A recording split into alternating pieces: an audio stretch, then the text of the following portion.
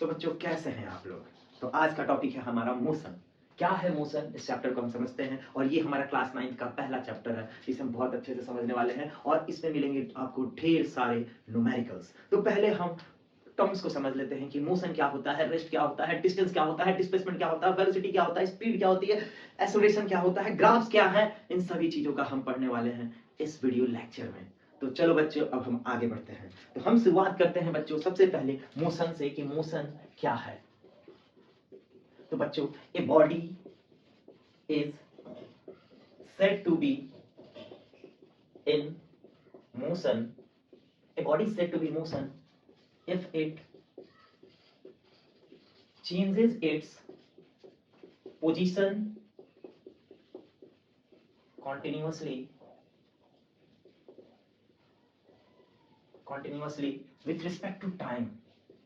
with respect to time. बच्चों मैंने क्या लिखा है? Body said to be in motion if it changes its position continuously with respect to time. बाबू कोई बॉडी अगर अपना प्लेस चेंज कर रहा हो, कोई भी ऑब्जेक्ट या कोई बॉडी अपना प्लेस ना कंटिन्यू अपना प्लेस को चेंज कर रहा हो टाइम के रिस्पेक्ट में, तो ऐसे बॉडी को हम क्या कहते हैं? Motion body. ठीक है बच्चों, रेस्ट क्या है? अब हम रेस्ट को समझते हैं।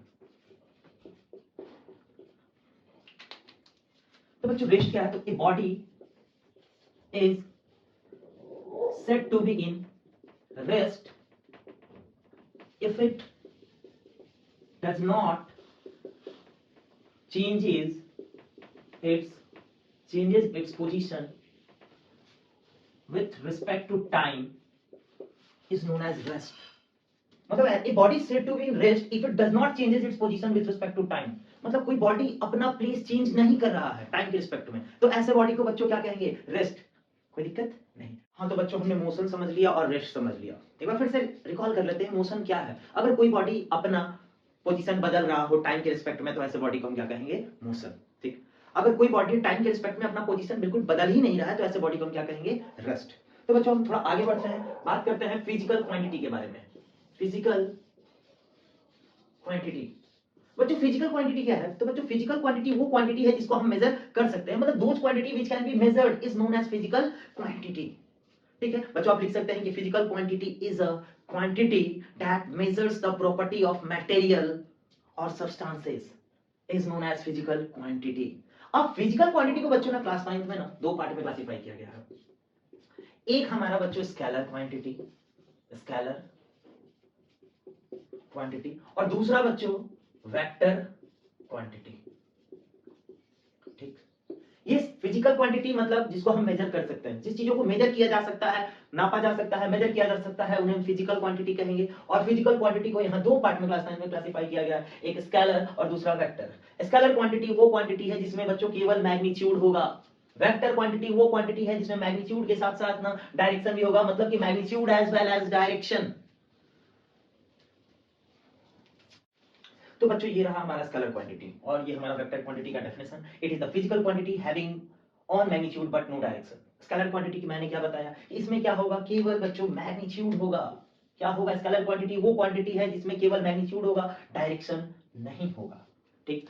वेक्टर क्वांटिटी के बारे में मैंने क्या बताया था बच्चों की? It is the physical quantity that requires both magnitude and direction. मतलब स्केलर वेक्टर क्वांटिटी वो क्वांटिटी है जिसमें मैग्नीट्यूड भी हो और डायरेक्शन भी हो। जैसे बच्चों एग्जांपल, अब हम एग्जांपल लेते हैं जैसे स्केलर क्वांटिटी का डिस्टेंस।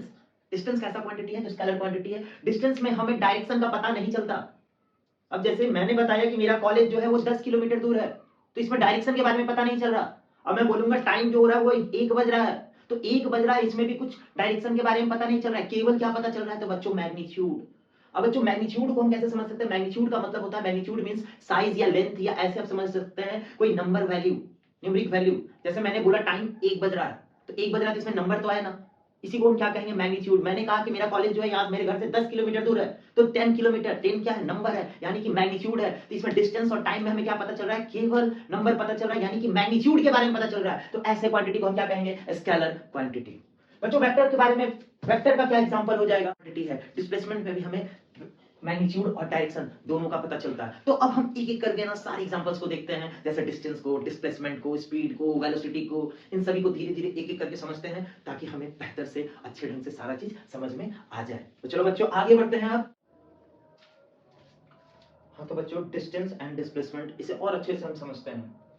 डिस्टेंस क्या है, इसका डेफिनेशन हमने यहाँ लिखा है, the actual path covered by a object during its journey from its initial position to its final position is called distance.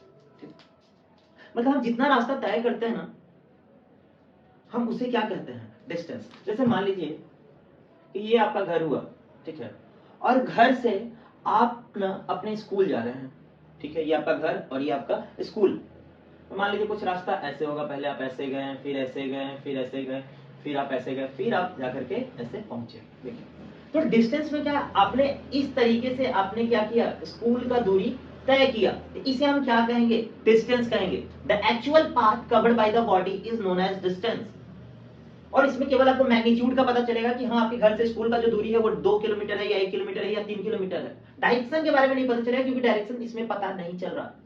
लेकिन हम वही डिस्प्लेसमेंट की बात करें तो डिस्प्लेसमेंट हमें मैग्नीट्यूड भी देगा और साथ में डायरेक्शन भी बताएगा। तो बच्चों, पहले डिस्प्लेसमेंट होता क्या है हम इसे समझते हैं। The shortest path covered by the body from initial position to final position is called displacement.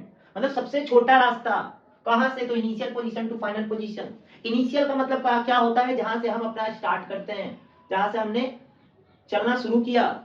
Final position जहां हमने खत्म किया उसे हम फाइनल कहेंगे। तो इनिशियल से फाइनल के बीच का जो सबसे छोटा रास्ता है उसे हम क्या कहेंगे बच्चों, डिस्प्लेसमेंट। जैसे ये हमारा क्या हो जाएगा, इसको हम ऐसे मिला दिए तो ये हमारा सबसे छोटा रास्ता होगा और इसे हम कहेंगे displacement. The shortest path from initial position to final position is known as displacement. और डिस्प्लेसमेंट हमेशा ना स्ट्रेट होता है। देखिए, हमेशा ना आपको स्ट्रेट पाथ रहेगा। डिस्प्लेसमेंट का हमेशा ना पाथ जो होगा, रास्ता होगा, हमेशा सीधा होगा बच्चों। इसी के लिए डिस्प्लेसमेंट के पास मैग्नीट्यूड तो होगा ही, 1 किलोमीटर या 2 किलोमीटर कुछ भी, और डायरेक्शन भी होगा क्योंकि हमेशा स्ट्रेट रहता है डिस्प्लेसमेंट।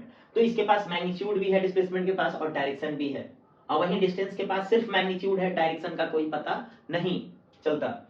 तो डिस्टेंस, फिर से एक बार, distance the actual path covered by the body, और displacement the shortest path covered by the body from its initial position to final position is known as displacement. distance हमारा scalar quantity होगा और displacement हमारा vector quantity होगा। बच्चों, और इसको अच्छे से समझते हैं डिस्टेंस और डिस्प्लेसमेंट को, तो हम दोनों के बीच का डिफरेंस जानते हैं। तो चलिए आगे बढ़ते हैं।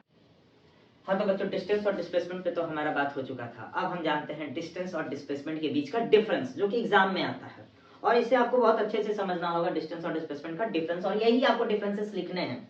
तो बच्चों, डिस्टेंस और डिस्प्लेसमेंट, तो डिस्टेंस क्या होता है हम बात कर चुके थे, the actual length between initial and final position, ठीक।